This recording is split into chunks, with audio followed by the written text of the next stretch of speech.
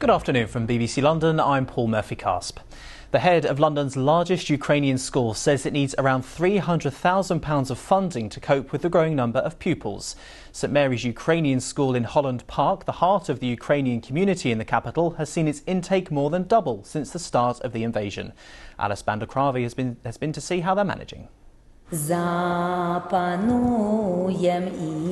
Starting their Ukrainian geography exam with a prayer and their national anthem. These Year 10 pupils have long been coming to the Ukrainian Saturday school to keep in touch with their native country.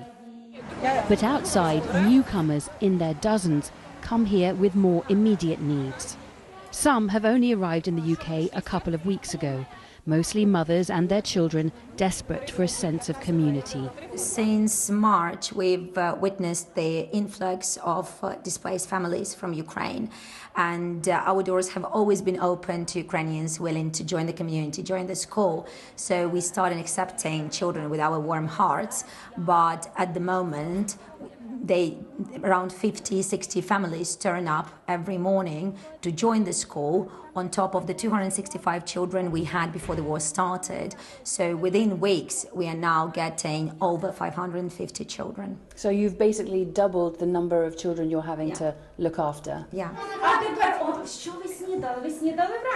It's the first day for some of these 3 to 5-year-olds. Their teacher, Anna, only left Ukraine herself 6 weeks ago. I'm doing what I do best when I teach at school, and this is the best opportunity to find myself. Newly arrived children of primary school age have been integrated into schools all over London. It's the teenagers over the age of 15 who are harder to place in the British system.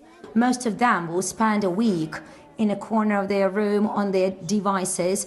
They will be on distant education from Ukraine, but this school has become their only face-to-face communication and ability to be useful again. But to be really useful for the growing number of families who've left their homes in Ukraine, this school needs longer-term funding. At the moment, they're relying on local schools who've opened their classrooms on Saturdays and the kindness of the wider community.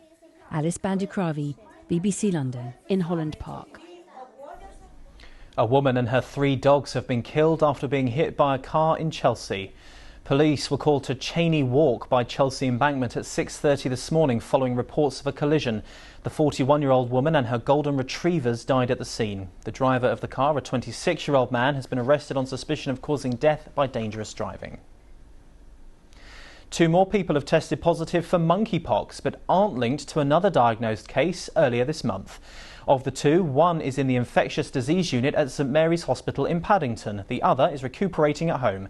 Health bosses have stressed that the virus doesn't spread easily and that the risk to the public is very low. Big screens will also be set up in London so that people can watch the Queen's Platinum Jubilee celebrations.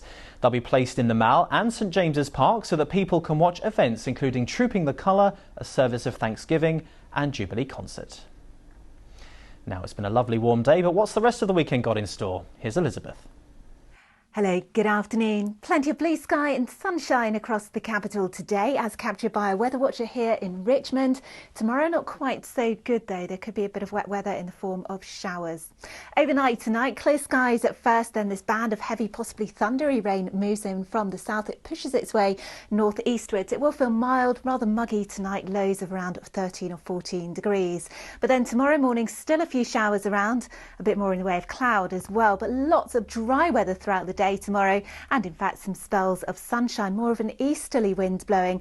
Top temperatures again peaking in the low 20s in Celsius. As we head through into the start of next week, it's rather unsettled, but it will still be feeling warm with plenty of sunshine at times. That's about it from me, but coming up next on BBC One and BBC Radio London, full coverage of the FA Cup final. And don't forget, for the latest news for London, check out our website, bbc.co.uk/London. From all of us on the team, whatever you're doing, enjoy the rest of your day. Bye-bye.